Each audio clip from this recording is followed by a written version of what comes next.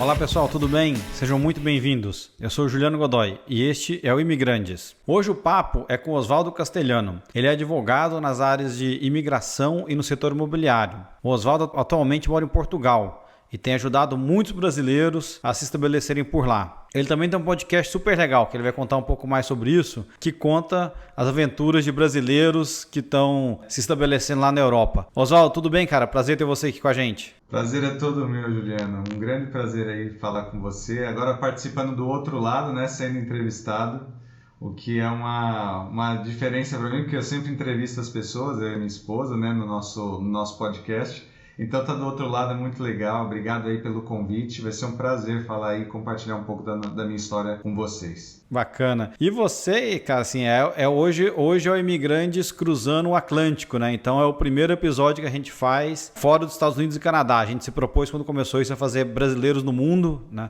Tinha sido muito focado em Estados Unidos e Canadá. E aí eu fiz uma enquete perguntando qual país o pessoal, né, pessoal que me ouve queria ouvir e tal, e apareceu muito Portugal. Então, legal, aí você tem bastante para contar pra gente, vamos lá. E, cara, antes da gente começar, conta um pouco então da sua história, de onde você é no Brasil, né, quem é você e como é que você chegou até Portugal. É interessante você ter falado isso, né? Como primeiro episódio, vocês estão começando aí a falar agora da parte da Europa. Vamos começar bem por Portugal, né? Esse pedacinho de país aqui no comecinho da Europa, atravessando o Atlântico. Enfim, só para contar um pouco da minha história bem rapidamente, né?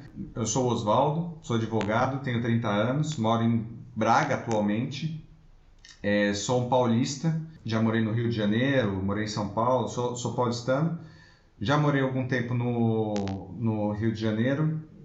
E há 7 anos atrás eu decidi vir para Portugal, enfim, com um plano, na verdade, da minha trajetória, né? Eu sou advogado formado no Brasil, trabalhei muitos anos no Brasil como advogado de empresa e de um escritório grande. Uhum. E aí, durante um período da minha vida, né, estando dentro do escritório, eu percebi que aquilo não me realizava, né? Eu já tinha tido oportunidades de fazer intercâmbios pela faculdade, de estudar em Londres, de estudar na Polônia, nos Estados Unidos, com bolsas de estudo. E eu sempre vislumbrei a minha vida fora do Brasil, né? Eu não sabia de que forma eu poderia emigrar naquela época, mas eu sempre me vi morando fora do Brasil, porque eu não achava que eu me encaixava na sociedade brasileira, na forma de trabalho, na forma de pensar. Eu sempre gostei do estilo de vida, principalmente da Europa. Não tanto dos Estados Unidos, quando eu morei nos Estados Unidos, na Filadélfia, mas eu gostava muito do estilo de vida do europeu, né? Da forma com que eles desenvolvem o trabalho, da forma de vida, da segurança e tudo mais. E aí em 2015, na verdade, 2016, eu começo a vislumbrar como eu vou fazer para sair do Brasil, né? O trabalho eu estava afogado no trabalho, estressado com o que eu estava exercendo de profissão. Não estava feliz no trabalho. Não estava feliz, né? E a gente acaba... A verdade é que só hoje eu entendo que eu não estava feliz na forma com que eu trabalhava, e aquilo se refletia, na verdade, para a minha vida completa, né? Como um todo, nos meus relacionamentos, na vida com que eu me relacionava com os meus amigos. Então eu me sentia muito perdido com o que eu faria da minha vida. Até que eu decidi ir estudar. E aí apliquei para alguns mestrados fora do país, porque eu sabia que o mestrado, o estudo, me daria a possibilidade de migrar legalmente, não ilegalmente. Eu teria uma residência e, de alguma forma, eu teria aquele período da faculdade para poder me estabelecer. A princípio, eu apliquei para uma bolsa de estudos na Holanda, passei nessa bolsa de estudos, e aí, principalmente por influência do meu pai, eu não fui para a Holanda, né? E hoje agradeço ele por não ter me deixado ir para a Holanda, né? Quais foram os argumentos dele? Cara, o meu pai e minha mãe, eles são figuras um pouco emblemáticas assim na minha vida. Eles têm um peso muito grande em todas as decisões de tudo que eu fiz na minha vida, né? E quando eu falei isso pro meu pai, demorou muito tempo para ele aceitar a minha saída do Brasil, né? Ele, na verdade, eu entrei na faculdade por causa dele, eu não fui fazer um curso que eu queria fazer, justamente por causa dele. mas estou onde estou por causa dessa escolha dele. Até que eles falaram para mim, filho, você vai para um lugar que é frio, é pequeno, é caro, não sei o quê. E eles, na verdade, o que eles não queriam é que eu fosse embora do país, fosse para Holanda ou fosse para Portugal. E aí, quando eu apliquei para as bolsas de estudo em Portugal, aliás, para os mestrados, não foi nem bolsa de estudos, eu passei nas faculdades do Porto, de Lisboa e de Coimbra e decidi ir para Lisboa. Por quê? Porque eu falei, olha, possivelmente em Lisboa eu vou ter mais oportunidade de trabalho. Se eu quiser permanecer, enfim, se eu quiser me estabelecer, eu podia ter, em Lisboa eu teria muito mais oportunidades. E aí eu vim para Portugal, né, em 2016, contra a vontade dos meus pais, né, naquela época, e demorou muito tempo assim para eles aceitarem tudo isso. E aí eu vim para estudar, vim fazer um mestrado na universidade sem muito propósito do que eu ia fazer de trabalho, mas eu estava disposto a permanecer aqui. Só que aí eu chego em Portugal e eu começo a perceber, enfim, a dinâmica brasileira ela é muito parecida com a dinâmica americana a nível de trabalho, né? A nível de dinâmica social. Então a gente tem uma sociedade extremamente consumista, uma sociedade extremamente dinâmica e muito focada para a área digital, né? Que é muito interessante você ver. E aí você chega em Portugal e você não tem isso. Você tem uma dinâmica de trabalho totalmente diferente. E aí aqui eu não estou aqui para criticar, mas é uma dinâmica extremamente diferente e que foi difícil de se adaptar a ela, né? A questão de atendimento, a questão de horários, as pessoas muitas vezes não estão, a gente não tem procedimentos, então você vai num lugar, uma pessoa te diz uma coisa, só que a pessoa do lado também te dá uma informação absolutamente diferente, e aí você acaba ficando perdido naquilo e você fala, caramba, meu, o que eu vou fazer nesse país, né? É um país que vive absolutamente do turismo e de serviço, não é um país com muita indústria, não tem uma presença industrial muito grande, e você também não tem uma relevância na dinâmica econômica mundial, que até foi uma coisa que um talk show aí dos Estados Unidos brincou, que Portugal, ele falou assim, mas Portugal vai parar de exportar o quê? Vai parar de exportar rolha, né? Pastel de Belém. Pastel de Belém, ou seja, o que é muito engraçado e o que é verdade, a gente não tem uma dinâmica relevante econômica e a nível mundial, né? A gente vive basicamente do serviço e do turismo. E aí eu começo a observar isso e num primeiro momento eu não queria ficar em Portugal, justamente por causa disso, porque eu não sabia com que forma eu ia me estabelecer, os salários mínimos são absurdamente baixos aqui. Pra você ter uma noção, a gente ganha, o salário mínimo nacional aqui está nos 785 euros, tá? Se eu não estou enganado. Alguém ouvindo isso no Brasil vai ficar bravo com você, né? Mas eu entendo. Vai. Proporcionalmente o custo de vida, ok. Mas... Não, e o custo de vida é muito alto. O custo de vida desde 2014, desde 2012, vamos falar, porque foi quando começaram a promover os Golden Visas, né? O Golden Visa. Essa dinâmica social de investimento em Portugal começou a aumentar e afetar principalmente a área da habitação aqui. Então você vê uma disparada no custo de vida que é gigante. E as pessoas, na sua maioria, não têm capacidade de arcar com esse elevado número com esse elevado aumento de despesa, principalmente na área de habitação.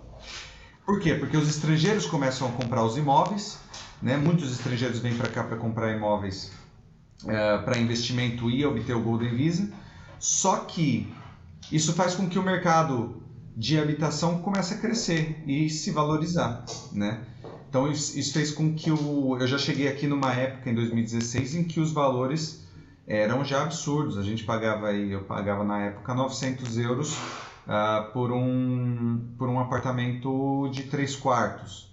Então era um valor que para a época era absurdo. Esse mesmo apartamento, vamos falar, há 10 anos atrás, custava 300, 400 euros.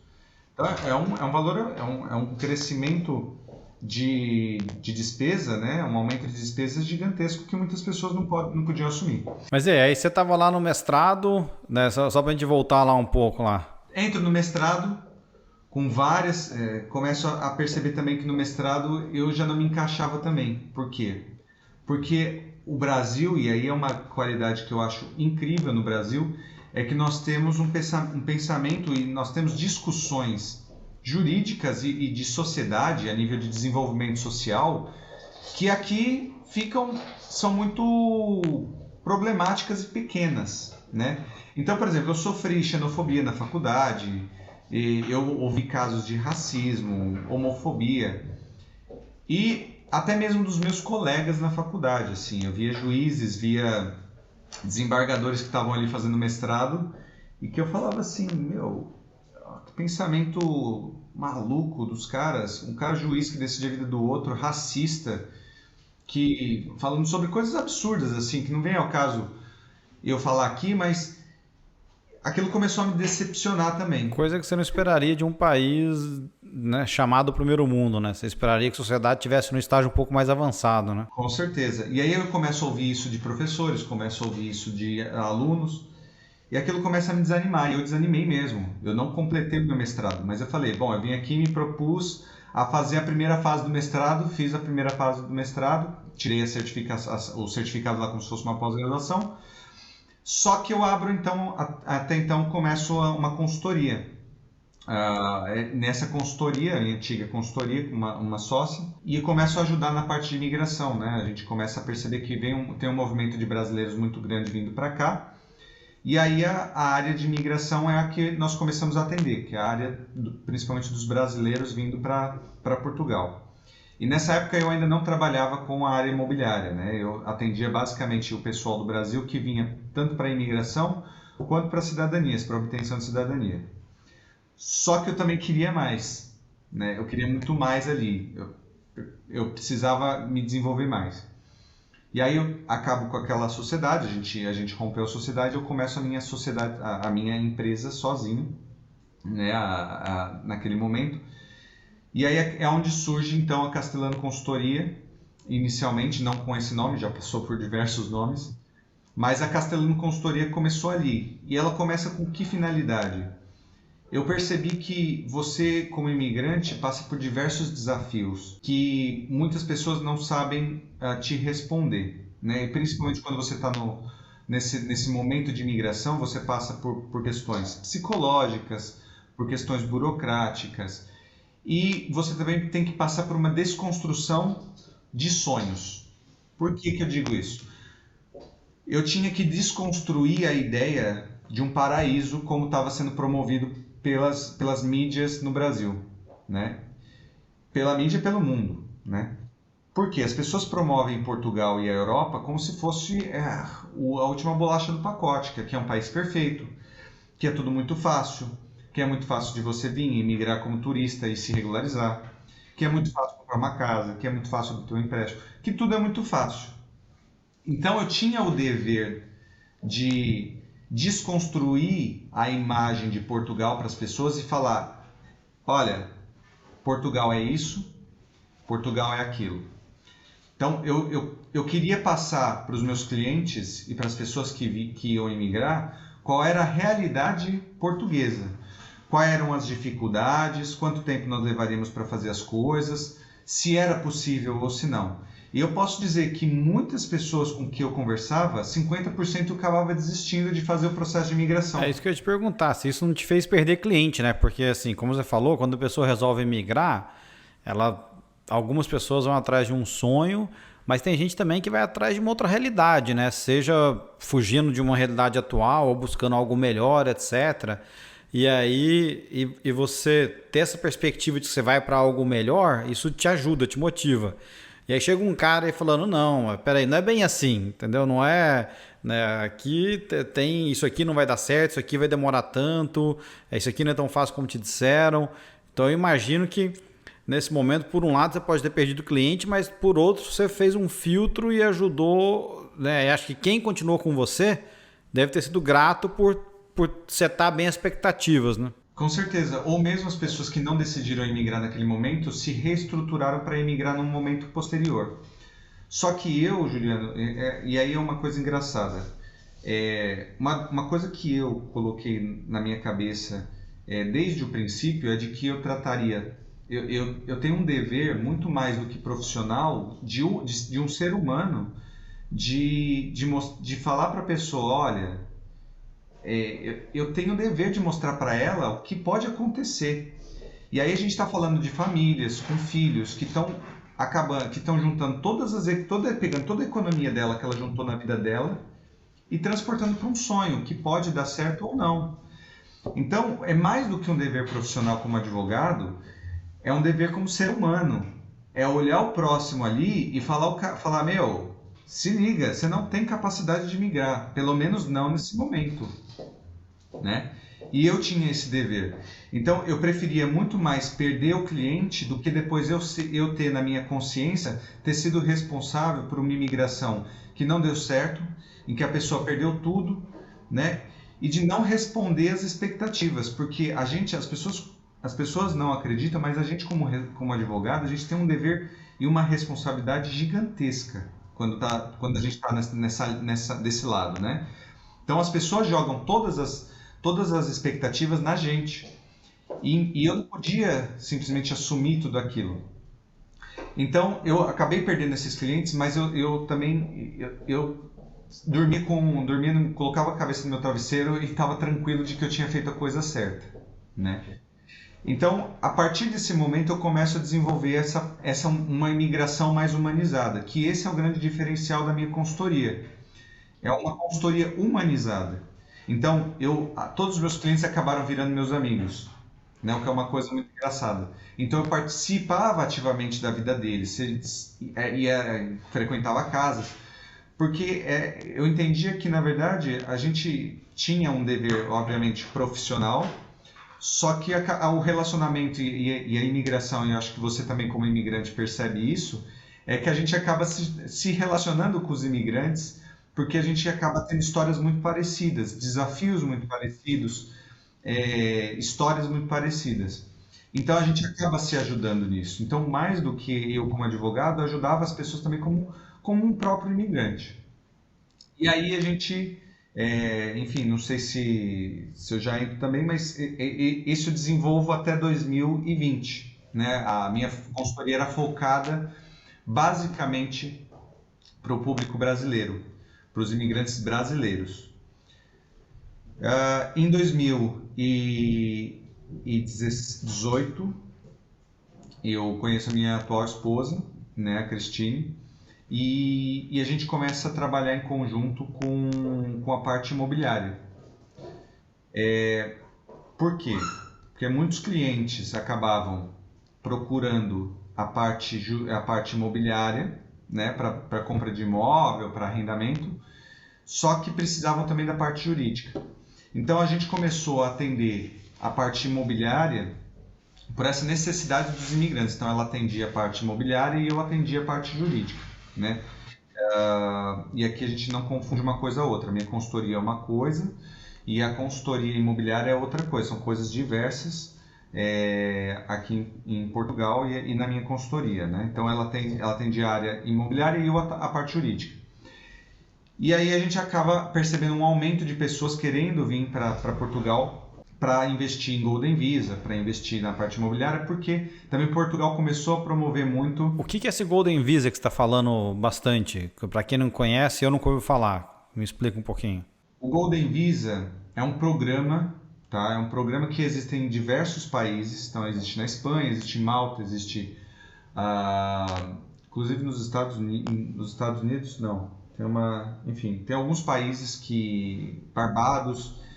É um programa em que você investe um determinado montante, seja em investimento imobiliário ou investimento financeiro, você obtém um título de residência por determinado período, ou você obtém uma cidadania. No caso de Portugal, você investindo um valor mínimo em Portugal, seja a nível de investimento imobiliário, você pode ter uma residência por um determinado período, e depois desse período você pode pleitear a cidadania portuguesa. Ou seja, em linhas claras, é uma forma de você comprar uma cidadania europeia. Quanto que é o investimento para quem tivesse interesse? Hoje o investimento mínimo com as novas regulamentações do Golden Visa na área imobiliária é de 280 mil, tá? Então começa a partir dos 280 mil euros, mas o investimento mais comum é o dos 500 mil euros. Tá? Então pode ser investimento imobiliário, pode ser investimento em fundos de investimento, pode ser investimento na área em fundos de investimento, criação de postos de trabalho e outros, e tem diversos tipos de investimento. Mas os mais comuns são no fundo de investimento, criação de postos de trabalho e na parte imobiliária. Não preciso necessariamente abrir uma empresa em Portugal. Eu posso ir aí comprar um imóvel, comprar uma casa de 500 mil ou fazer uma aplicação de 500 mil euros e eu me credencio a ter esse tipo de visto, que me dá uma residência, pelo menos temporária. E depois, com isso, eu posso aplicar para a cidadania. Isso mesmo. Depois de 5 anos, tendo uma residência legalmente no país, você pode pleitear a cidadania portuguesa. Então, isso atraiu milhares de pessoas, milhares de investimentos brasileiros que não tinham a possibilidade de ter uma cidadania europeia por descendência, acabaram optando por essa opção de visto. Por quê? Porque requer que você fique no país por pelo menos 7 dias no ano. Então isso atraiu muita gente, muito investimento. Entendi. Tira umas férias e pronto. Justamente. Porque os outros vistos em Portugal requer que você fique pelo menos 183 dias no país. Então, a dinâmica do Golden Visa é muito diferente dos outros tipos de vistos. Então isso começou a atrair muita gente. E a gente percebeu essa mudança. Só que aí chega 2020. E aí é aquela coisa, né? A pandemia chegou, a gente... Enfim, eu e ela, nós fomos muito afetados pela pandemia. Tivemos que usar nossas economias, todo o nosso dinheiro que estava guardado para isso. Foi uma época, para mim, muito ruim. A gente ficou super enroscado e eu não sabia realmente o que fazer, né? Porque até então eu desenvolvi a minha consultoria de uma maneira muito... Porque assim, depois que eu vim para Portugal, eu não tinha tanta... e vou usar uma palavra que eu não gosto muito, que é ganância, né? Mas eu não tinha tanta ganância de ganhar muito dinheiro. Eu queria era realmente ter uma vida mais calma.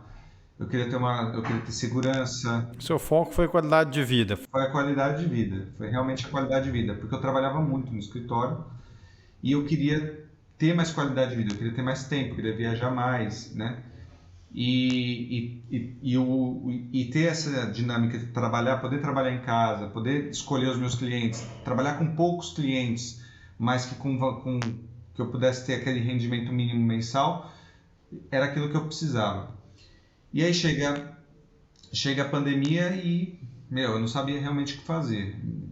Eu zerei de cliente, né? O euro, ninguém podia migrar mais, ninguém ia querer arriscar, né, dar entrada numa cidadania e ter que pagar um advogado, porque o meu serviço não é um serviço necessário, não é um serviço básico. Então eu sou um prestador de serviço que foi muito afetado durante a pandemia, assim como muitos advogados que eu conheço. E aí entra aquela questão, né, do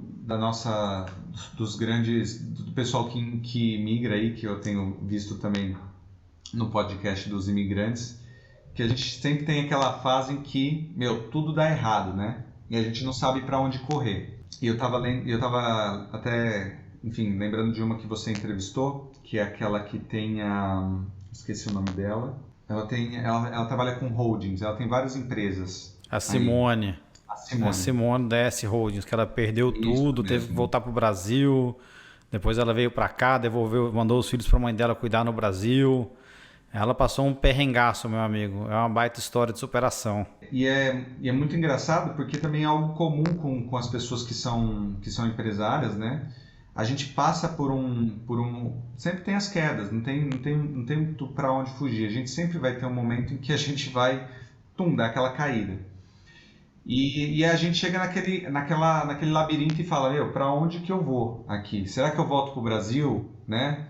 Será que eu fico aqui, vou trabalhar de alguma outra coisa? E eu não sabia o que fazer. Eu falava, meu, Deixo a minha consultoria, volto pro mercado de trabalho, né? Mas ele não tinha trabalho porque estava todo mundo demitindo. pois, pensei em começar a fazer bootcamp para entrar na área de TI, que é uma área que precisa de muita coisa, né? Investir o dinheiro para fazer alguma coisa que depois me desse rendimento, também pudesse ter algum outro mercado de trabalho, mudar de Pô, podia ter área. feito o curso de marketing digital, todo mundo fez isso, né? Na pandemia. Pois. E aí a gente, cara, eu fiquei muitos meses assim pensando o que que a gente ia fazer, né? O que eu ia fazer. Foi a situação mais difícil que você passou na sua vida até agora? Foi sim. Acho que essa foi uma fase assim da minha vida que eu não demonstrei nem para minha esposa e nem para os meus pais, né? Que eu tenho uma ligação muito grande com os meus pais, do que a gente ia fazer, né? A gente tem 2 filhos aqui, 2 crianças, e era muito difícil de você falar. Eu não tinha dívida, posso te falar, não tinha dívida nenhuma, mas eu não tinha rendimento. Aonde eu ia tirar rendimento, né? E aí eu começo a procurar de várias maneiras o que eu ia fazer, até que a gente começa a perceber, a investir, em buscar investimento a gente percebe que tem muitas pessoas fora do país durante a época da pandemia que procuraram Portugal como um lugar de salvaguarda. Ou seja, pessoas que queriam sair de grandes centros urbanos porque podiam trabalhar remotamente e encontraram em Portugal um custo de vida baixo, né? Podiam comprar imóveis com valores baixos, podiam aplicar para vistos para pessoas que trabalham remotamente, que é um visto chamado visto D2, para trabalhadores independentes. E aí a gente começa a perceber um movimento muito interessante de pessoas dos Estados Unidos, da África do Sul, de Dubai e outros lugares da Europa, onde o custo de vida é muito elevado, para vir para Portugal morar. E aí foi a grande sacada que a gente teve. Junto com outras pessoas, eu comecei a participar de webinar, né? Webinars para divulgar Portugal. Como viver em Portugal, como investir em Portugal, como obter um empréstimo, né? E aí eu comecei a focar os meus esforços e tudo que eu desenvolvia para essas pessoas, não para o público brasileiro, porque eu sabia que o público brasileiro já não estava vindo para Portugal porque o câmbio estava muito elevado, né? E as pessoas que têm uma vida, vamos falar assim, uma vida boa no Brasil, já não querem vir para Portugal, né? Eles não vão deixar, quem tem uma vida muito boa em Portugal fica, no Brasil fica no Brasil. Só que os americanos, principalmente os americanos, por causa de política, por causa dos valores das moradias, né? Como a gente estava conversando outro dia, o custo de vida é altíssimo e tributação também, as pessoas começaram a vir para Portugal e ver Portugal como a casa. Por quê? Vendiam um imóvel nos Estados Unidos, seja lá onde for, e compravam uma mega moradia, um belo apartamento em Portugal, que é um dos países mais seguros do mundo para se viver, com um custo de vida baixíssimo. E ainda sobrava um troco. Pois, e com esse troco o cara aposentava. Podia viver aqui a vida inteira dele, que ele não ia precisar de mais trabalhar na vida dele. Então, esse movimento, eu fiz parte dele. E aí foi a grande sacada que eu tive de investir os meus esforços. Porque como eu trabalhava já no escritório americano no Brasil, né? E eu falava inglês, e eu achava que o inglês em Portugal era uma coisa, eu falei, todo mundo fala inglês aqui, né? Não era um diferencial para mim.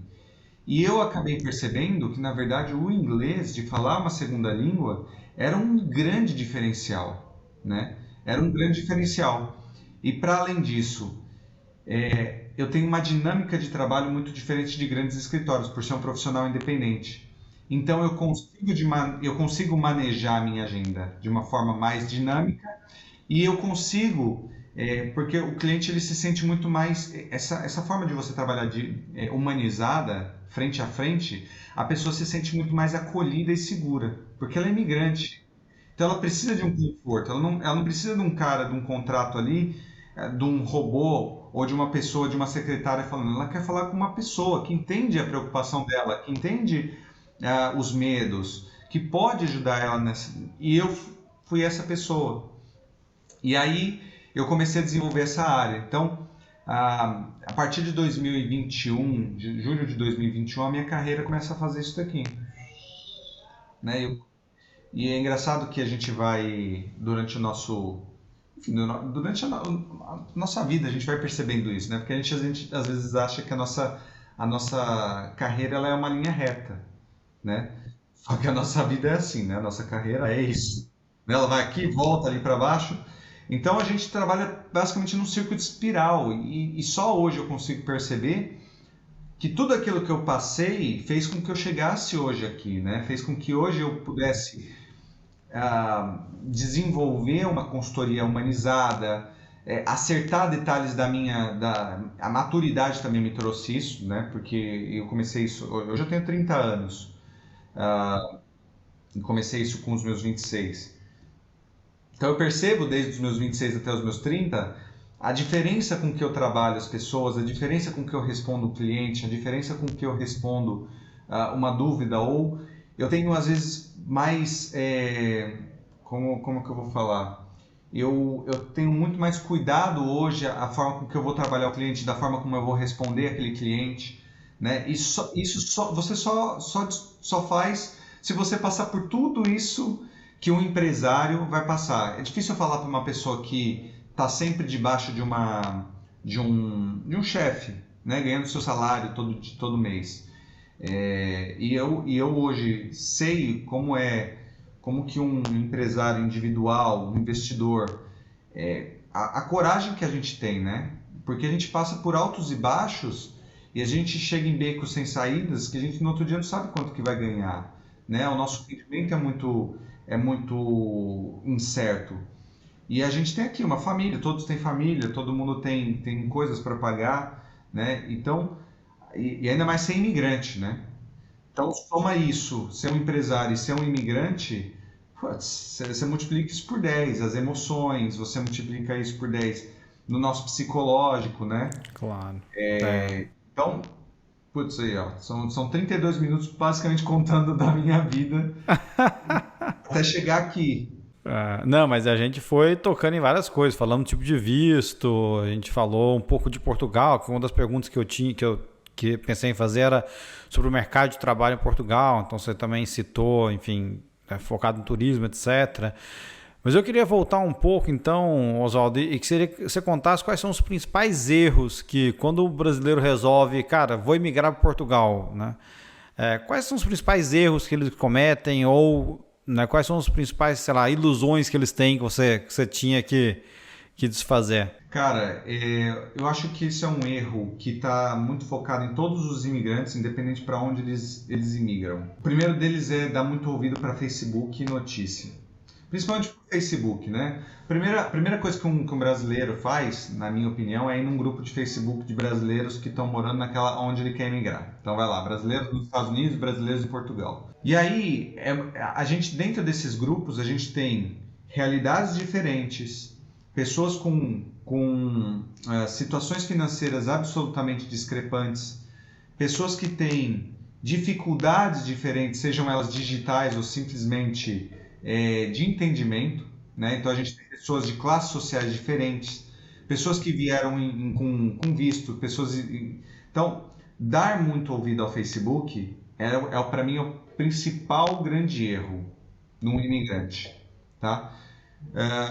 Só que qual é a grande dificuldade hoje? É onde eu encontro informações fidedignas, tá? É possível encontrar? Tem muita informação de qualidade, o Instagram tem muitas consultorias, muitos escritórios, muitas agências de reallocation que dão informações reais para as pessoas. E como tem outros blogueiros que dão informações que, eu às vezes eu sinto vergonha do que eu ouço ali e sinto dó das pessoas que ouvem aquilo. É que é difícil para quem não conhece separar, né? O que é certo, o que não é, o que é verdade, o que não é, né? Com certeza. A pessoa tá vendo alguém no Instagram com, sei lá, milhões ou, sei lá, centenas de seguidores, fala assim, essa pessoa aqui deve saber alguma coisa que eu não sei. Com certeza. E principalmente, mas essas pessoas eu acho que elas não, e aí que entra aquela questão que eu falei. A pessoa ela não tem o menor cuidado de pensar que a informação que ela está dissipando, ela tem que, né, a gente aqui a gente tá no podcast, né?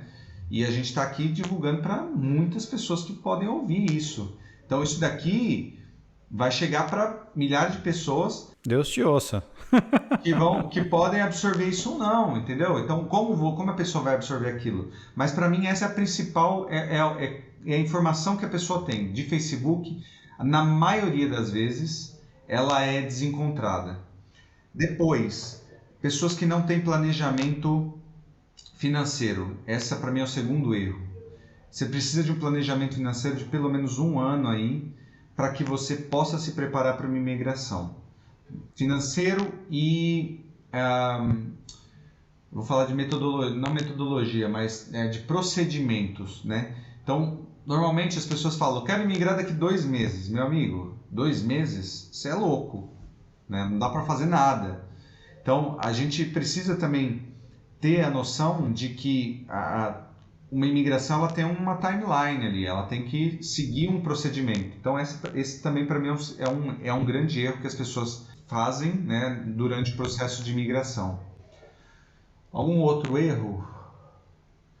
Cara, eu acho que não tem assim muito. Acho que para mim esses são os maiores erros. Porque depois isso é uma bola de neve, né? Isso acaba que a pessoa chega às vezes num país, imagina, o pessoal vai migrar lá para Minneapolis, acho que é onde você morou já, né? Eu morei lá faz um tempo já. Agora eu tô em Dallas. Puta país frio, puta lugar frio, meu, dos Estados Unidos. Entendeu? Aí o cara vai achar que vai da Bahia, onde só tem sol, verão, vai migrar para um lugar que chega abaixo de zero. Então, e aí chega lá e todo mundo fala, é fácil aqui. Então, assim, esses são pequenos detalhes que a gente fala, putz, mas cara, tem gente que não pensa nisso. Tem gente que não pensa. Então, essas informações, que aí são importantes das pessoas buscarem fontes fidedignas e que dão a realidade, que não falem só as coisas boas, mas que falem as coisas ruins, sejam elas tributárias, sejam elas sociais, sejam elas que envolvam política, né? Então, tudo isso faz com que isso pese na sua decisão, né? Então, as pessoas chegam aqui achando que vão ganhar 1.000 euros por mês, meu amigo, você vai ganhar 700 e olhe lá. E se vier imigrante ilegal, ainda vai ser explorado, vai ter dificuldade com o arrendamento, né? Com o aluguel de uma casa, enfim, uma série de coisas que envolvem esses erros. Cara, e mesmo assim, eu vi uma estatística de que Portugal é o segundo país em destino de brasileiros, né? Estados Unidos é o primeiro, acho que tem mais ou menos 2 milhões de brasileiros aqui nos Estados Unidos, e Portugal é o segundo. Se eu não me engano, tinha acho que entre 250 e 300 mil brasileiros em Portugal, né? Quais são os principais atrativos? Por que você acha que Portugal é tão atrativo brasileiro? É só a língua ou o que mais o país tem a oferecer? Vamos lá. Primeiro ponto que eu acho que todos batem aqui para Portugal é segurança. É o principal motivo de atratividade para os brasileiros, é a segurança. Segundo, custo de vida. Tá? Eu vou falar para o pessoal a nível de classe média, tá? Porque eu preciso usar um parâmetro para a gente poder falar sobre tudo isso. Mas o primeiro que independe da classe social que migra para Portugal é a segurança. É o primeiro. Depois, custo de vida. A gente tem ainda um custo de vida muito baixo em Portugal, tá? Vou falar que uma média aí. Não posso usar Lisboa de parâmetro, que é o lugar mais caro para se viver aqui, porque, aliás, foi considerada a terceira cidade mais cara do mundo para se viver, foi Lisboa, depois de Roma e Londres. Então, isso é uma estatística interessantíssima, né? O custo de vida é altíssimo. Então, a nível... No país, se você vai morar mais para o interior, não vai morar tão no centro da cidade, você tem um custo de vida muito baixo, a nível de aluguéis, a nível de alimentação, né? Agora, um terceiro ponto também que eu acho que as pessoas imigram para Portugal é a língua, principalmente. O quarto é o clima, porque a gente tem clima do sul, no Algarve, das praias paradisíacas, ao norte, com as montanhas, o frio, a chuva, né? Então, de norte a sul do país, nós temos climas absolutamente diferentes. Pessoas que querem, às vezes, morar num clima mais úmido ou mais frio, vêm para o norte. Pessoas que querem morar num clima mais ameno vão para o centro de Portugal, vão para Lisboa. Pessoas que querem morar num lugar que está sempre calor, né? Vai para o Algarve. Então, esses são os principais fatores que eu acho que atraem pessoas para morar em Portugal, famílias, né? E aí eu destaco famílias, famílias, e não pessoas que vão trabalhar. Então, normalmente a gente percebe isso pelo perfil. As pessoas que vão para os Estados Unidos vão para ganhar dinheiro mesmo, né? Vão para trabalhar, para ganhar dinheiro e para juntar dinheiro. Em Portugal, eu já percebo um perfil mais de famílias, de pessoas acima dos 35 anos que migram para Portugal para melhorar de vida, para dar mais segurança ou mais educação para os filhos, e não tão preocupados tanto com a questão de trabalho, né, de exercer um trabalho bem remunerado, né? E aí eu já digo, se a pessoa procura um país com boa remuneração, não venha para Portugal. E aí eu posso dizer em todas as áreas, tá? Não é só na área de TI, TI.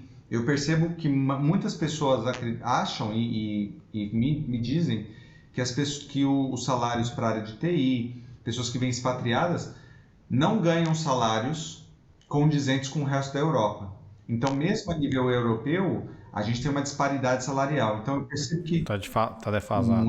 muito defasado. Eu percebo pessoas, tenho clientes que saíram de Portugal para ir para Holanda, para Espanha, para ganhar 2, 3 vezes mais do que se paga aqui, né? Então, esse para mim são os principais pontos que fazem as pessoas hoje migrarem para Portugal. Tá.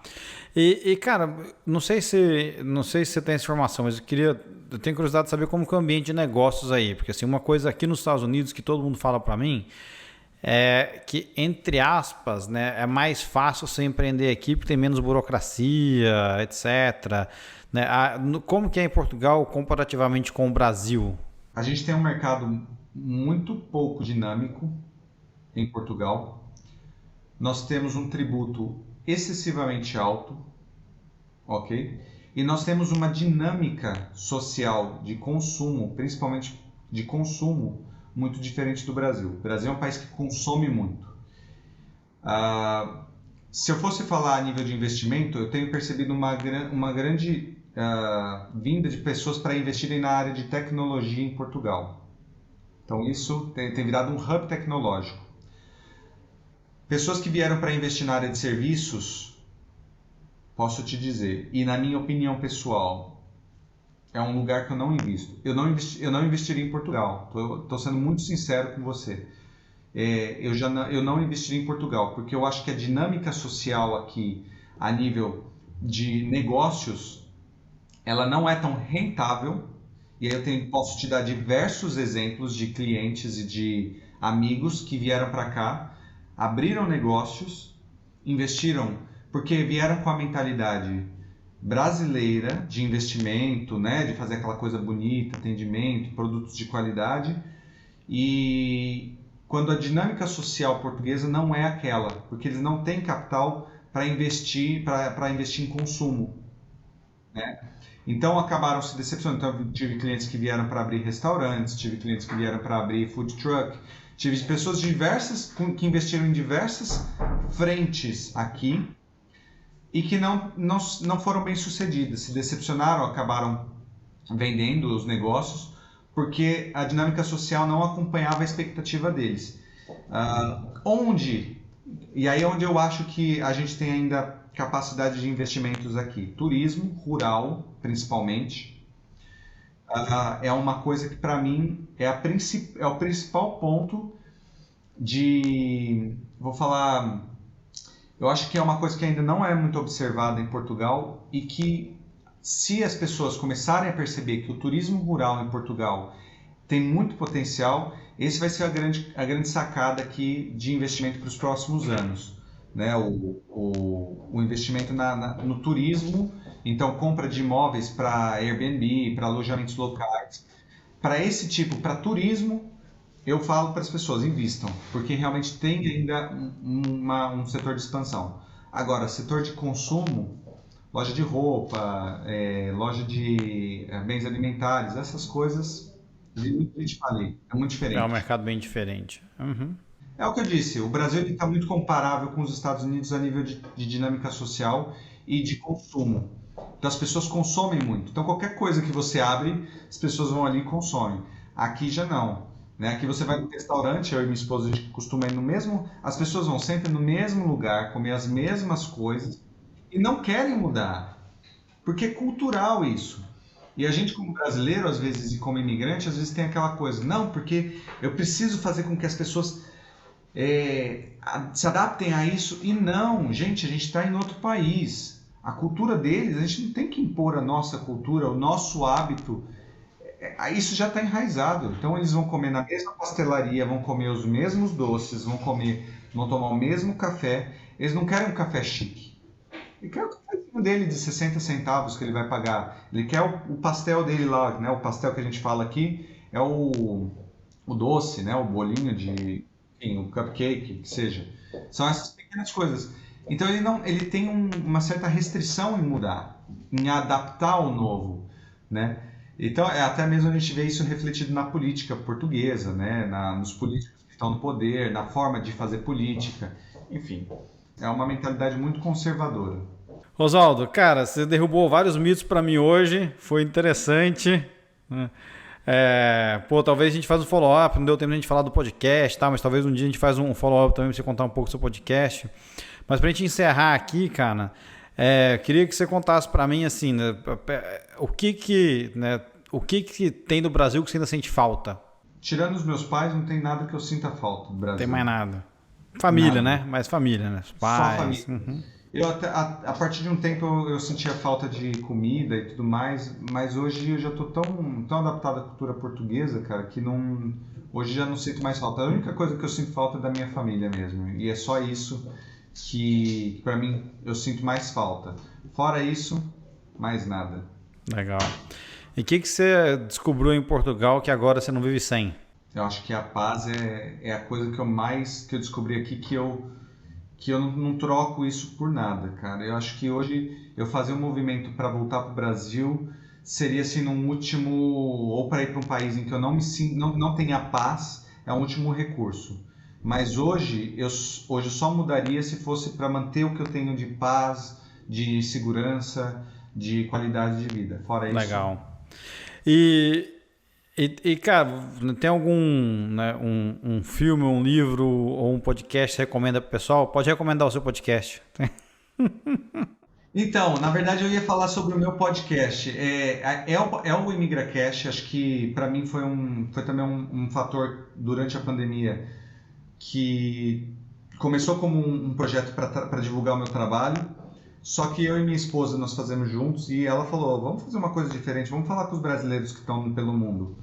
E isso para mim foi uma coisa muito interessante, que eu acho que eu comecei a entender o outro de uma outra forma, o imigrante de uma outra forma. E isso me mudou muito como pessoa, mexeu muito comigo e conversar com essas pessoas, ouvir as histórias delas, ser ouvinte, né? Que você hoje está aí sendo ouvinte, eu sempre fui o ouvinte.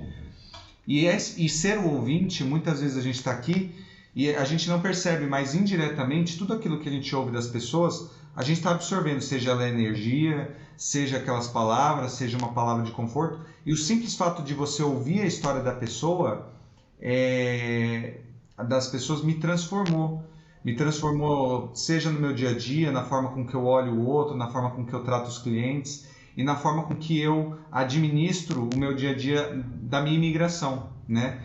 Como eu olho o português, como eu entendo que o português me entende, então eu consegui entender a dinâmica da imigração e como eu me insiro dentro de Portugal de uma maneira muito diferente, ouvindo as pessoas no meu podcast. Então eu convido vocês aí a ouvirem o ImigraCast, que eu espero que eu possa voltar em breve também com o podcast lá, com os episódios, que ainda tem alguns para liberar.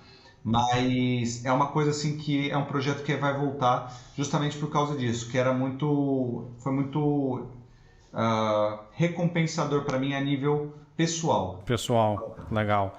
Né, nós vamos colocar o link do seu podcast aqui, cara, com certeza. Então, quem sabe os meus 3 ouvintes vão passar a ouvir você também. A gente vai estar aí compartilhando também o teu podcast, eu compartilhei também com várias pessoas, porque é uma pegada diferente de falar realmente sobre o empreendedor e essa coragem de a gente estar aí investindo grana, suor, né? E com todo o problema da imigração. Não, legal. Obrigado, cara. E Oswaldo, para finalizar então, conta pra gente aí onde é que a gente te acha, enfim, quem quiser entrar em contato contigo, quem tiver interesse no Golden Visa, ou quem quiser seguir o teu podcast, onde o pessoal te acha? Vamos lá, para quem quiser me procurar, no Google vocês podem encontrar a minha consultoria, que é a Castelano Consultoria. Vocês podem me encontrar também no Facebook, no @consultoria Castelano. No Instagram, @euosvaldo ou @imigracast podcast. E a consultoria Castelano, mas no Instagram não tenho muito movimento, eu não tenho muito tempo para postar da Castelano. Mas no Instagram, onde eu utilizo mais, é o eu.osvaldo. No Facebook, Oswaldo Castelano Neto, podem me encontrar lá. Então eu estou sempre postando por aí onde que eu estou em Portugal, rodando o país, assinando escrituras, com os clientes, enfim. Então as pessoas vão acompanhando, inclusive eu compartilho as notícias de Portugal, falando um pouco, enfim, se há alguma notícia interessante eu compartilho por lá. Legal, isso aí. Então para quem quiser conhecer um pouco mais de Portugal, tem interesse, né, em migrar para lá, etc., acho que, né, seguindo o Oswaldo, você pode conhecer um pouco mais do país, né, através das fotos que ele coloca, etc. Mas 2, quem quiser saber a fundo de como é o processo, né, quem precisar de alguma ajuda, etc., com certeza o Oswaldo está aí para orientar vocês. Com certeza. Legal. Oswaldo, obrigado de novo pelo papo, foi bacana. Obrigado aí por ser o primeiro a me ajudar a cruzar o Atlântico, né? Quem sabe daqui vem mais alguns brasileiros fora. Estamos aqui para isso. Queria agradecer também todo mundo que acompanhou a gente aqui, que ouviu a gente no streaming, Spotify, Apple, bacana. Quem ouviu a gente no YouTube, muito obrigado. Vai lá no Imigrantes, se inscreve no canal, né, deixa um like, deixa um comentário. Eu também tô nas redes, você me acha no LinkedIn, Juliano Godoy, me acha no Instagram, @jg.julianogodoy. A gente fica por aqui, Imigrantes versão Europa. Abraço, até a próxima. Valeu!